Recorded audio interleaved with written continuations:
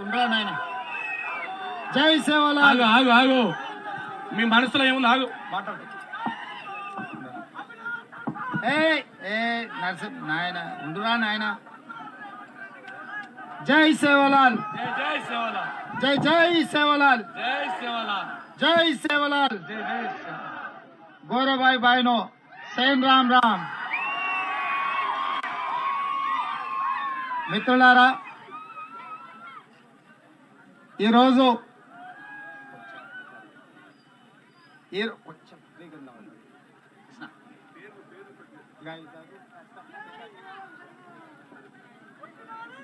అరే ఉండరా నాయన, ఉండరా నాయన. నాయకత్వం గెలిచినాక అన్ని చూద్దాం.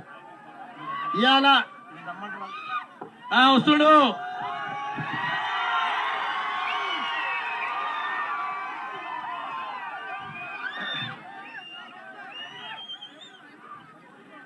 మా గిరిజన సోదరులు, మా లంబాడ మిత్రులు ఇవాళ రాచకొండ గుట్టల్లో చీకటి పడుతున్న సందర్భంలో మా ఆడపడుచులు, మా యువకులందరూ ఉత్సాహంతో కాంగ్రెస్ పార్టీని మునుగోడు ఉప ఎన్నికలలో గెలిపించడానికి వ్యవసాయం పనులు, ఇంటి పనులు మానుకొని మా పార్టీ కాంగ్రెస్ పార్టీ, ఈ పార్టీని గెలిపించే బాధ్యత మాది అని ఇక్కడికొచ్చిన గిరిజన సోదరులందరికీ కూడా మనస్ఫూర్తిగా మీకందరికీ ధన్యవాదాలు, కృతజ్ఞతలు. మిత్రులారా,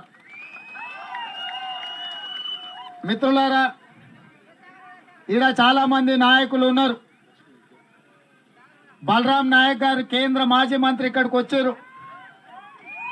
వరంగల్ జిల్లాలో ఎక్కడో మారుమూల తండాలలో పుట్టిన బలరాం నాయక్ గారు ఇవాళ ఎంపీగా, కేంద్ర మంత్రిగా, సోషల్ జస్టిస్ మంత్రిగా సేవలు అందించండి.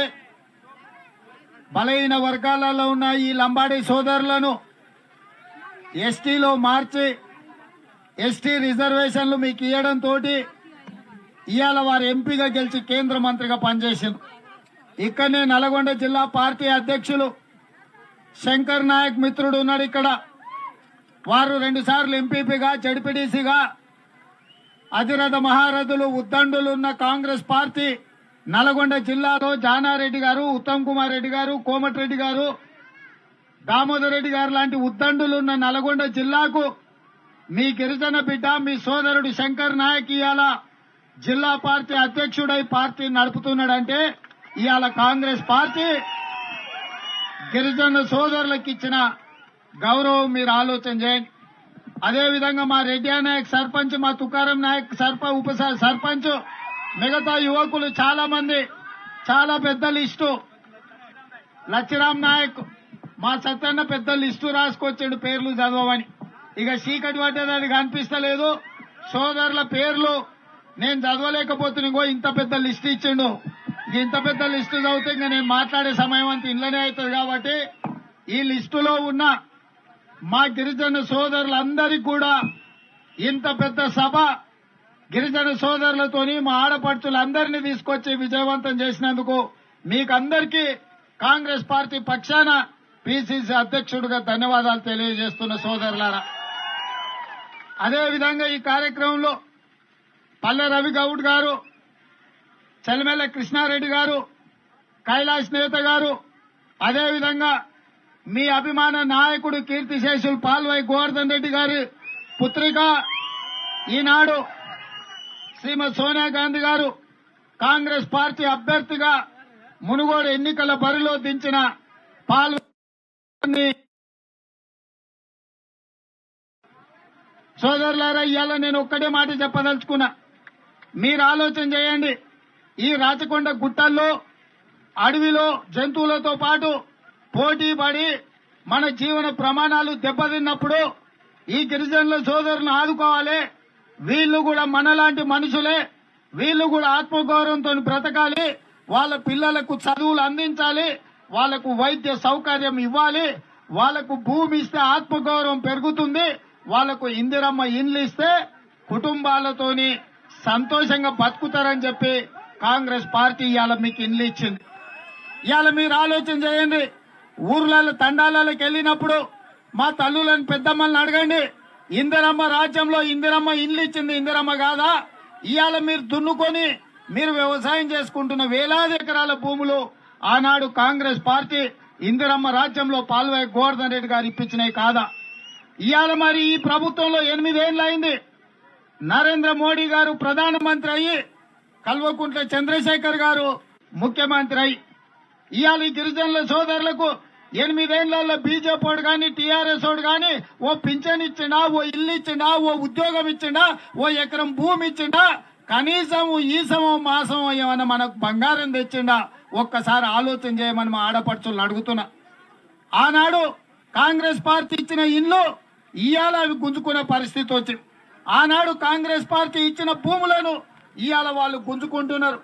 ఆనాడు మనం పాస్ పుస్తకాలు ఇచ్చి బ్యాంకులలో పెట్టి పైసలు తెచ్చుకుంటే ఇవాళ ధరణి పోర్టల్ అని తీసుకొచ్చి ఆ దరిద్రమైన ధరణి తీసుకొచ్చి మన పాస్ పుస్తకాలు ఇవ్వకుండా మన భూముల్ని గుంజుకునే పరిస్థితి వచ్చింది. కాబట్టి ఇవాళ ఆలోచన చేయండి. టీఆర్ఎస్ వాడు కానీ బీజేపీ వాడు కానీ కొత్తోడేం కాదు, సార పాతదే, సీస మాత్రం కొత్తది, కొత్త నమూనా వేసుకొని వస్తున్నాడు. ఈ సారా పాతదే, ఈ సీసా కొత్తది మాత్రమే, సార మాత్రం పాతదే. కూసుకుంట్ల ప్రభాకర్ రెడ్డిని పాస్వాన్లో ఆయనను 2014 నుంచి 2018 వరకు మనం ఎమ్మెల్యేగా చూసినాం. ఆయన ఎంత పని ఎలగబెట్టిండో, ఆయన ఎంత జిమ్మిండో మనకందరికీ తెలుసు. అదే విధంగా ఇవాళ బీజేపీ పువ్వు గుర్తు మా సోదరి మని చెప్పింది, పువ్వు తీసుకొని వస్తున్నాడు మన చెవులలో పెట్టాలని. ఆయన కొత్తోడేం కాదు. 2009లో ఎంపీని చేసిర్రు, 14లో ఎంపీ కోడిపోతే ఎమ్మెల్సీని చేసిర్రు, మళ్ళా 18లో ఎమ్మెల్యేని చేసిర్రు. వాళ్ళ నాయకుడు నరేంద్ర మోడీని 2 సార్లు ప్రధానమంత్రిని చేసిర్రు. ఇవాళ ప్రధానమంత్రి నరేంద్ర మోడీ అయినా ఎంపీగా ఉండి, ఎమ్మెల్సీగా ఉండి, ఎమ్మెల్యేగా ఉండి ఏం ఎలుగబెట్టని రాజగోపాల్ రెడ్డి ఇవాళ కొత్తగా మునుగోడు ప్రజలకు ఎలుగబెడతా అని చెప్తే నమ్మనిక ఈడ అమాయకులు ఎవరు లేరు. ఇక టీఆర్ఎస్ పార్టీ చంద్రశేఖర్ కు 2 సార్లు ముఖ్యమంత్రి ఇచ్చారు. ఆ 3 అడుగుల జగదీశ్వర్ రెడ్డి 10 ఏళ్లు మంత్రి అయిండు. ఈ కూసుకుళ్ళ ప్రభాకర్ రెడ్డి ఈ పాస్వాన్లో ఆయన 5 ఏళ్లు ఎమ్మెల్యేగా ఉన్నాడు. ఏం చేసిండు? మన తండాలకు కనీసం నీళ్ల ట్యాంక్ అనే కట్టిండా? మిషన్ భగీరథ నీళ్లు వచ్చినాయా? లేకపోతే మన భూములకు పాస్బుక్లు ఇప్పించినా? ఒక్కసారి ఆలోచన చేయరు. అందుకే ఇవాళ వాళ్ళందరికీ ఒక అవకాశం ఇచ్చారు. బీజేపీ వాళ్ళకి ఇచ్చారు, టీఆర్ఎస్ వాళ్ళకి ఇచ్చారు, కానీ వాళ్ళని మనల్ని ముంచిండ్రు, మన భూములు గుంజుకోవాలనుకుంటారు. అందుకే మా ఆడపడుచులకు విజ్ఞప్తి చేస్తున్నా, మీ ఆడబిడ్డ పాల్వాయి గోవర్ధన్ రెడ్డి గారి బిడ్డ 50 ఏళ్లు మీకు సేవలు చేసి మీకు సేవ చేస్తూనే నేల కొరిగిన గోవర్ధన్ రెడ్డి బిడ్డను, మీ ఆడబిడ్డని ఇవాళ సోనియా గాంధీ గారు టికెట్ ఇచ్చి ఇక్కడికి పంపించారు. ఒక్క అవకాశం ఇవ్వండి ఆడబిడ్డకు. ఈ ఒక్క అవకాశం ఈ ఆడబిడ్డకి ఇస్తే తప్పకుండా మీ పోడు భూముల సమస్యను పరిష్కరించి మీకు పట్టాలు ఇప్పించే వరకు కొట్లాడుతుంది. ఆయన మోడీ అయినా బోడీ అయినా కేడైనా చొక్కా బట్టి పంగబెట్టి 4 గుద్దులు గుద్దైనా మీ భూములకు పట్టాలు ఇప్పించే బాధ్యత పాల్వాయి స్రవంతి తీసుకుంటుంది. అదే విధంగా పేదలకు ఇల్లు ఇప్పించే బాధ్యత తీసుకుంటుంది. చదువుకున్న పిల్లలకు ఉద్యోగాల కోసం కొట్లాడే బాధ్యత తీసుకుంటుంది. శాసనసభలో చంద్రశేఖర్ చొక్కా బట్టి వంగబెట్టి ఆయన కొట్టి మునుగోడు సమస్యల్ని పరిష్కరించడానికి ప్రయత్నం చేస్తుంది. ఇవాళ గిరిజనులది పార్టీ, ఇవాళ కాంగ్రెస్ పార్టీ దొరలదో కాదు, గడీలలో ఉన్న పెద్ద పెద్ద దొరలది కాదు. ఇవాళ కాంగ్రెస్ పార్టీ గిరిజనుల పార్టీ, లంబాడి సోదరుల పార్టీ. ఈ పార్టీ మీది, ఈ పార్టీని గెలిపించుకునే బాధ్యత మీది. మీ తండాలు ఎగురితేనే, మీ తండాలలో కాంగ్రెస్ జెండా ఎగురితేనే మునుగోడు గడ్డ మీద కాంగ్రెస్ పార్టీ గెలుస్తుంది.